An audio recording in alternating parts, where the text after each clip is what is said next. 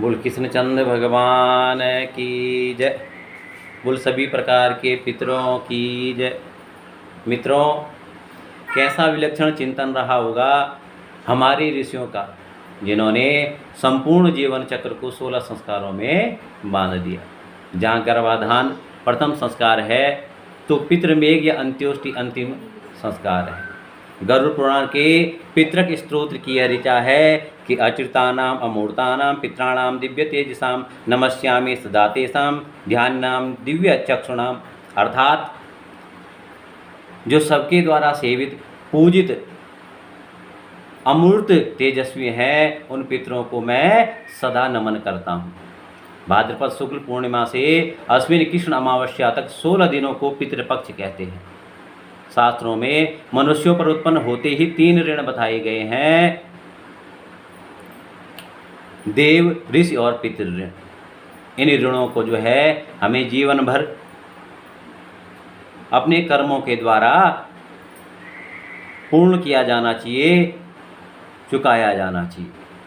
श्राद्ध से पितृऋण से निवृत्ति होती है। जिन माता पिता ने हमारी आयु, आरोग्य, सुख, सौभाग्य की वृद्धि के लिए अनेक प्रकार के प्रयत्न किए हैं, कष्ट सहे हैं, उनके ऋण से मुक्त न होने पर हमारा जीवन ग्रहण करना ही निरर्थक होता है।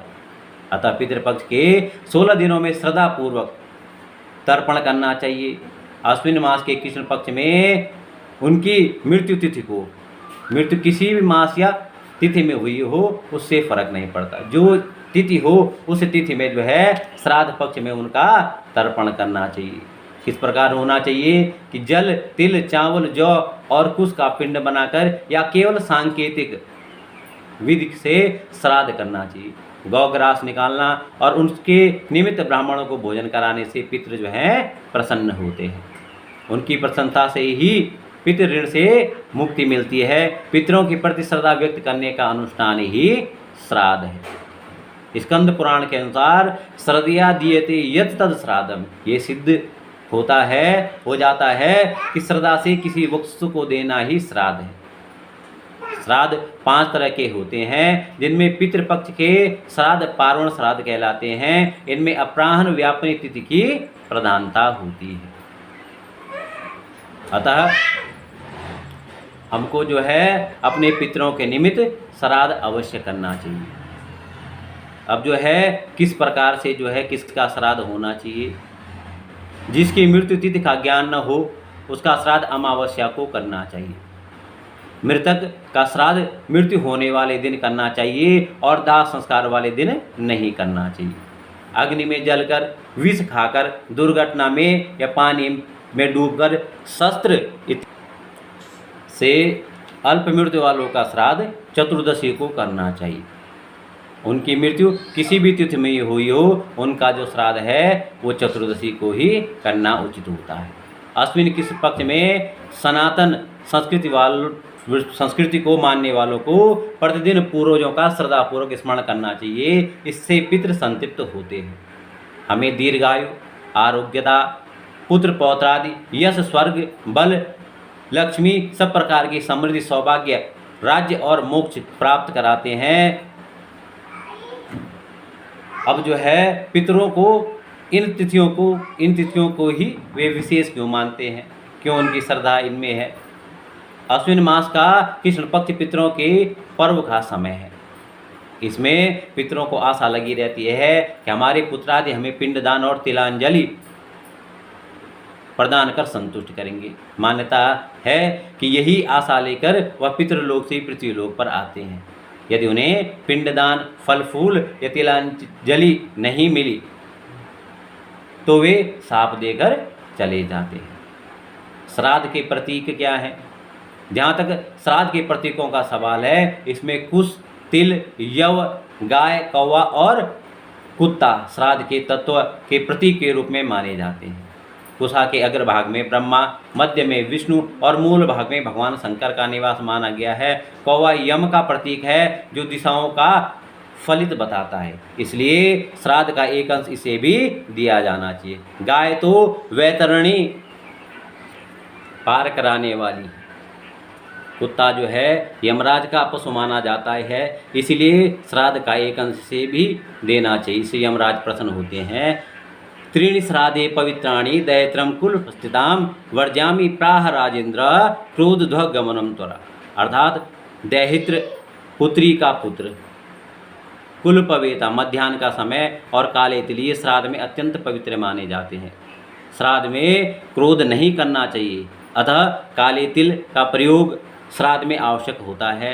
देव कार्यादपि सदा पितरम कार्य विशिष्टते देवताभ्याम पितृणाम ही पूर्वजमाप्यम शुभम। अर्थात पितृ कार्य देव कार्यों से भी अधिक महत्वपूर्ण और फलदायी है। इसे बहुत सावधानी पूर्वक करना चाहिए। श्राद्ध में ब्राह्मण किस प्रकार का ब्राह्मण श्राद्ध में जो है जमाना चाहिए। न ब्राह्मणम परीक्षेत देव कार्येषु प्रायशम पितृ कार्य परीक्षेत ब्राह्मणम तो विशेषतः। अर्थात देव कार्य पूजा अनुष्ठान उद्यापन कथा पाणिग्रहण पाठ आदि में चाहे ब्राह्मणों की परीक्षा करें या न करें, किंतु पितृ कार्य में अवश्य ही ब्राह्मण की परीक्षा करनी चाहिए। किस प्रकार का ब्राह्मण होना चाहिए। सर्वलक्षण संयुक्तो विद्याशील गुणान्वितम पुरुषस्य विख्याते सर्वसाधम प्रकृपेद। अर्थात समस्त लक्षणों से युक्त, हाथ का सच्चा, लंगोट का पक्का, व्याकरण का विद्वान, शील एवं सद्गुणों से युक्त, 3 पुरखों पीढ़ियों से विख्यात ब्राह्मणों के द्वारा ही संयत रहकर श्राद्ध संपन्न करें। श्राद्धकर्ता को क्या नहीं करना चाहिए कि श्राद्ध में जो है श्राद्ध पक्ष में जो है श्राद्धकर्ता को पितृपक्ष में ब्रह्मचर्य का पालन करना चाहिए। उसका खान पान शुद्ध होना चाहिए, नशीली चीज़ों का सेवन नहीं होना चाहिए, तेल मालिश या पराजन्य भोजन भी नहीं करना चाहिए। श्राद्ध के अंत में क्षमा प्रार्थना करे, कहना चाहिए कि ब्रह्मदात कुर्वताम। निवेदन करना चाहिए कि यदि पितरों हमसे कोई भूल हो गई हो तो हमें क्षमा करें, हम पुनः अगले वर्ष जो है विधि पूर्वक आपका पूजन करेंगे, हमारे घर पर शुभ आशीष प्रदान करें, सभी प्रकार के रोग दारिद्र्य हमारे घर से चले जाएं और जो है हम पर कृपा दृष्टि बनाए रखें। मित्रों, तो यह जो है श्राद्ध कैसा होना चाहिए, क्या करना चाहिए, क्या क्या महत्वपूर्ण है, यह मैंने आपको बताया। अंत में जो श्रेष्ठतम ब्राह्मण का जो गान किया गया है या चयन किया गया है, उसका निमित्त ये है कि यदि ब्राह्मण पढ़ा लिखा होगा तो आपके घर में सुदृढ़ रूप से भगवान का तर्पण करा सकता है। क्योंकि जो है जो तर्पण विधि है उसमें पहले देव तर्पण होता है, फिर ऋषि तर्पण होता है, फिर पितृ तर्पण होता है। 3 प्रकार के तर्पण उसमें होते हैं। तो इसलिए यदि ब्राह्मण सही होगा तो ही तर्पण पूर्ण हो सकते हैं। तो इस प्रकार मित्रों तर्पण की करिए, पितरों का जो है भोजन करवाइए। पितृपक्ष में जो है विधि पूर्वक आप अपने सभी प्रकार के पितरों का स्मरण करिए और उनसे आशीर्वाद मांगिए। पुनः आगे फिर भेंट होगी, तब तक के लिए जो है देखते रहिए हमारा वीडियो, साथ में सब्सक्राइब लाइक यदि आपको पसंद आता है तो ज़रूर करें। जय श्री राम, जय पितृदेवताओं।